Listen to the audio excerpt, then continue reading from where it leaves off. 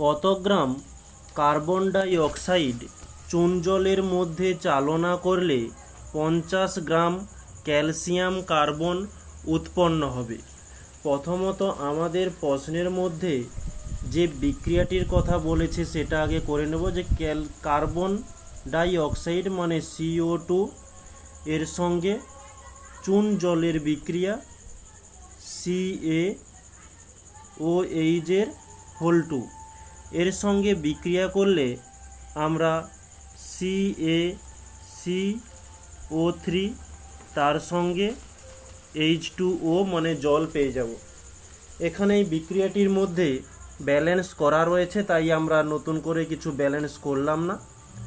তো প্রশ্নের মধ্যে যা বলেছে যে কার্বন ডাই অক্সাইড এবং এই CaCO3 মানে ক্যালসিয়াম কার্বনের দুজনকে নিয়ে আমাদের কাজ করার আছে।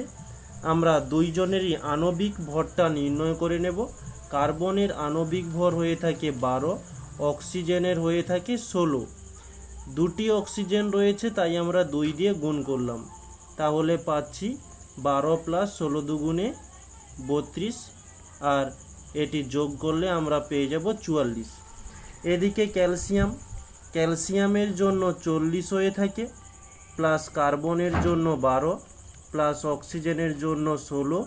3টি অক্সিজেন রয়েছে তাই 3 দিয়ে গুণ করলাম, তাহলে 40 প্লাস 12 প্লাস 16 3 48, আর এটা যোগ করলে আমরা পাচ্ছি 100।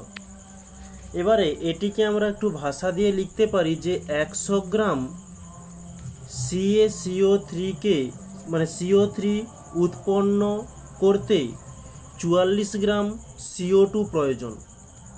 এই ভাষাটি আমরা পরবর্তী একটা নেক্সট পেজে আমরা লিখে নেব যে 100 গ্রাম CaCO3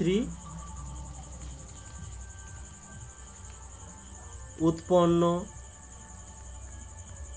করতে 44 গ্রাম CO2 প্রয়োজন। তাহলে আমাদের প্রশ্নের মধ্যে বলেছে 50 গ্রাম CaCO3 উৎপন্ন করতে কতটা কার্বনের প্রয়োজন?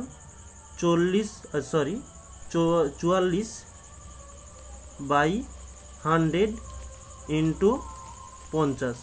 50 একে 50 দুগুণে 100, 2 দিলে 22, তাহলে পাচ্ছি 22 গ্রাম CO2 প্রয়োজন। এটি হচ্ছে আমাদের অ্যান্সার। নেক্সট